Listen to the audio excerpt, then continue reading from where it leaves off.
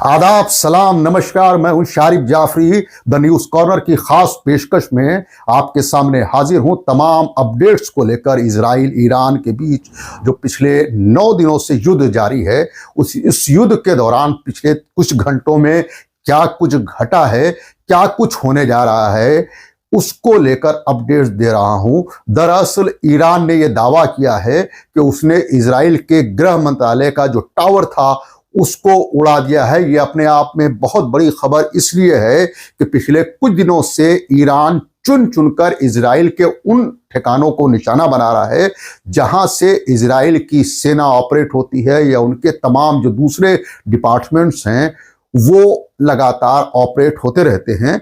उन बिल्डिंगों को चुन चुनकर निशाना बनाया जा रहा है। इसके अलावा हाइफा पोर्ट पर भी एक बड़ा हमला ईरान ने अंजाम दिया है इजराइल के खिलाफ। ये कार्रवाई लगातार जारी है। इस बीच अमेरिका की तरफ से जो बार बार ये कहा जा रहा था कि ईरान की तरफ से बातचीत करने की कोशिश की जा रही है, उसको लेकर ईरान के विदेश मंत्री अब्बास अघारची ने साफ साफ मना कर दिया है कि बातचीत और युद्ध एक साथ नहीं हो सकता है। अमेरिका ने बातचीत में फंसाकर इजराइल के जो हमले थे उसको दबाने की कोशिश की है।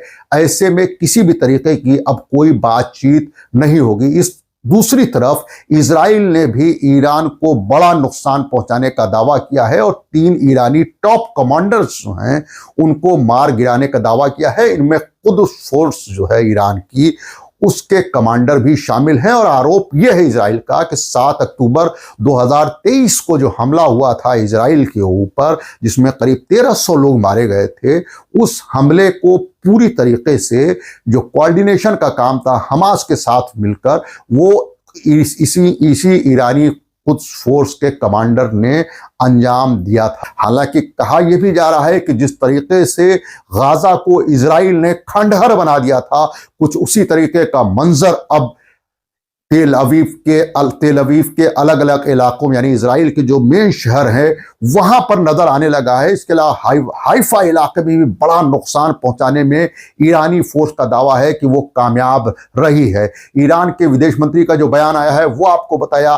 तो कुल मिलाकर हम ये कह सकते हैं कि पिछले कुछ घंटे में जिस तरीके के डेवलपमेंट्स हो रहे हैं उसको देखकर ये कहा जा सकता है कि ईरानी फोर्स अब जिस तरीके से भारी पड़ती हुई नजर आ रही है, तो उसकी वजह से खौफजदा अमेरिका के राष्ट्रपति डोनाल्ड ट्रंप भी हुए हैं, जो पिछले कुछ 24 घंटे में अगर हम बात करें तो लगातार अलग अलग बयान देते नजर आ रहे हैं। दूसरी तरफ ईरान की जनता है, एक तरफ इजराइल की जनता है जो बंकरों में छिपती नजर आ रही है, यही दूसरी तरफ ईरान के लोग हैं, जो ईरान के मोमिनीन हैं, वो लगातार प्रदर्शन करते हुए नजर आ रहे हैं, मुजाहरा करते हुए नजर आ रहे हैं।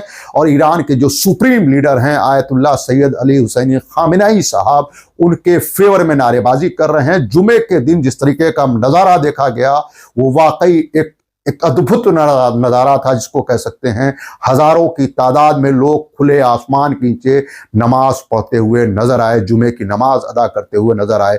तो कुल मिलाकर ये कह सकते हैं कि ईरान में ईरान इजराइल के भी जो युद्ध चल रहा है, इस युद्ध के दौरान तबाही दोनों तरफ हो रही है, नुकसान दोनों तरफ पहुंच रहा है। लेकिन जिस तरीके का दावा इजराइल की तरफ से किया जाता था, खास तौर से जिस तरीके का एक माहौल बनाने की कोशिश की गई थी कि इजराइल ने अभेद किला बना रखा है, उसके खिलाफ कोई भी एक्शन नहीं हो सकता है, कोई कार्रवाई नहीं हो सकती है, कोई हमला नहीं हो सकता है, ईरान ने उस मिथक को तोड़ दिया है।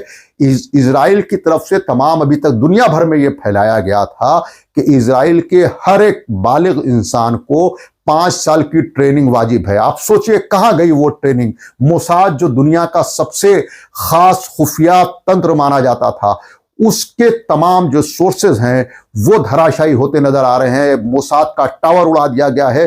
नुकसान यकीनन दोनों तरफ हो रहा है, लेकिन ईरान ने जिस तरीके का पलटवार किया है उससे पूरी दुनिया में ये कह सकते हैं कि ईरान के जिगरे की तारीफ हो रही है कि ईरान ने जिस तरीके का जज्बा दिखाया है, इस तरीके के जज्बा दिखाने की ही जरूरत थी, क्योंकि जिस तरीके से पिछले कुछ दशकों में लेबनान से लेकर सीरिया, हर इलाके में इराक, तमाम जिस तरीके से अमेरिका और इजराइल की जोड़ी ने मिलकर तबाही मचाई थी। ईरान ने उसका मुंह तोड़ जवाब देना जब शुरू किया है तो इजराइल के सारे दावे खोखले नजर आ रहे हैं और कहीं ना कहीं ये कहा जा सकता है कि इसी वजह से अमेरिका भी पस्त हुआ है। जो अमेरिका बहुत कुछ करने का दावा कर रहा था, 2 हफ्ते की मोहलत मांग रहा है इजराइल से कि 2 हफ्ते बाद वो फैसला लेंगे कि ईरान के खिलाफ किस तरीके की कार्रवाई की जाए। ईरान और इजराइल के बीच जो जंग चल रही है उसकी अब तक की जो अपडेट थी वो जानकारी आपके साथ हमने शेयर की है। द न्यूज कॉर्नर के साथ बने रहिए, लाइक कीजिए, शेयर कीजिए ताकि ताजा तरीन खबरें आप तक पहुंचती रहे।